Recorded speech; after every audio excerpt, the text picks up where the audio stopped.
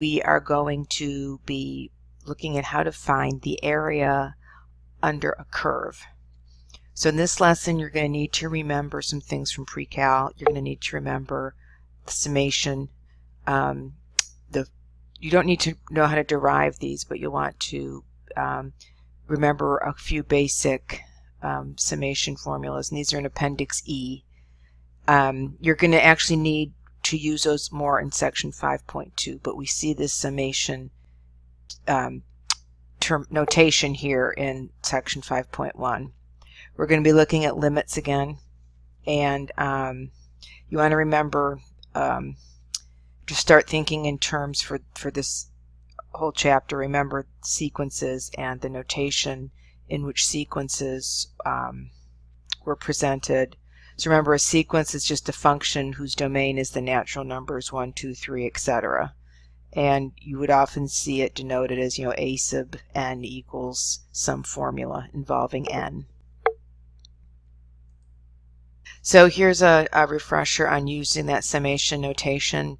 So remember that this k is the index which counts the terms. It starts at some integer m as in Mary, and it ends at some integer n as in Nancy, and obviously m is less than or equal to n. And it's just the summation of this function f evaluated at each value of the index.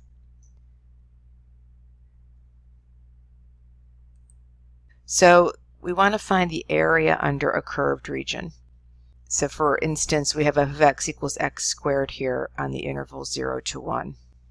So we don't have a formula for that, but we do have formulas for finding the area of rectangles.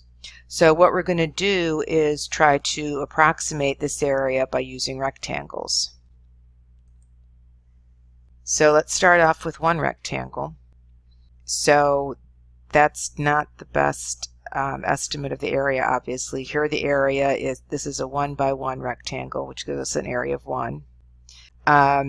You can see how much this light shaded pink is above the actual area underneath the curve. So we can see it's a really big overestimate. So we're going to move on to two rectangles. And these rectangles are going to be of uniform width. So what we're going to do is divide up the x-axis. So if I move on to two rectangles, I'm going to have two rectangles of the same width. So each one would be of width 0.5. And what I'm going to do is make each rectangle be equal to the height, have a height equal to the function value at an endpoint of these subintervals that I created when I chopped it up into two. So this rectangle has a width of 0.5 and a height of 0.25. Because when I evaluate my function at 0.5 at this endpoint, I get 0.25.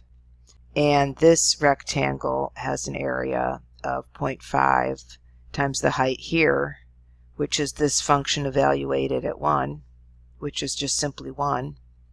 So I sum the area of each of those rectangles and I get 0.625. So again, I can still see this as a big overestimate. It's not as big as the previous estimate with one rectangle. So I'm making progress. So that's one thing to notice. Another thing to notice is now that I have more than one rectangle, I can also think about finding an estimate from the left endpoints of the intervals. So this was called the left endpoint approximation. So if you notice the when x is 0, this function is 0. So that first rectangle has a height of 0. So we don't really need to worry about that in our area. Now all we have left is this rectangle over this second subinterval. Again, it's of width 0.5. And since I'm taking the height of this rectangle to be at the left endpoint of this subinterval, I plug in 0.5 into my function and I get 0.25. So now I'm getting an area estimate of 0 plus 0.5 times 0.25, which is 0.125. So notice that's an underestimate, and you can see that because you have this gray area that's not included, right? That's just the area of this blue rectangle. So that's an underestimate.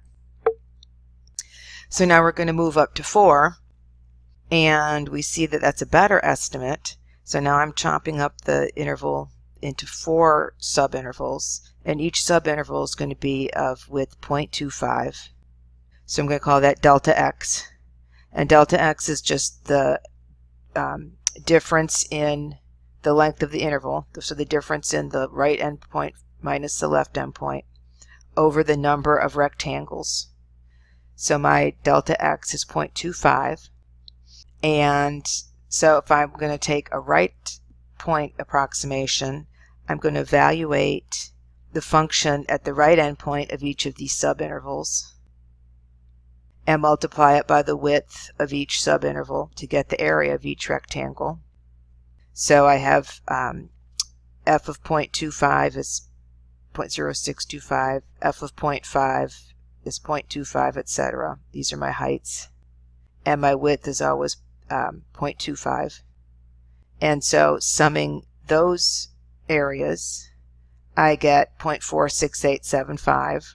So again, this is an overestimate because my actual area is 1/3, and we'll see why in a few slides.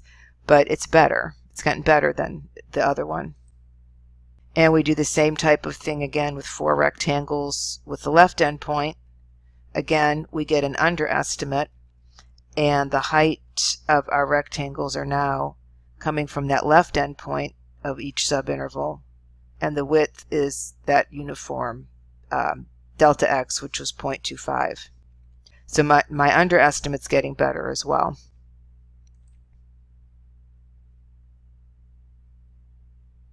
So you can play with this with more and more rectangles to see that you have a better estimate, and that the right-hand estimate starts out big and it's approaching this actual area of 1/3.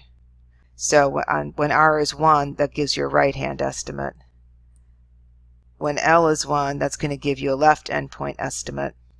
And you can see that as I get more rectangles, my approximations are getting better. So my left endpoint approximation is getting larger.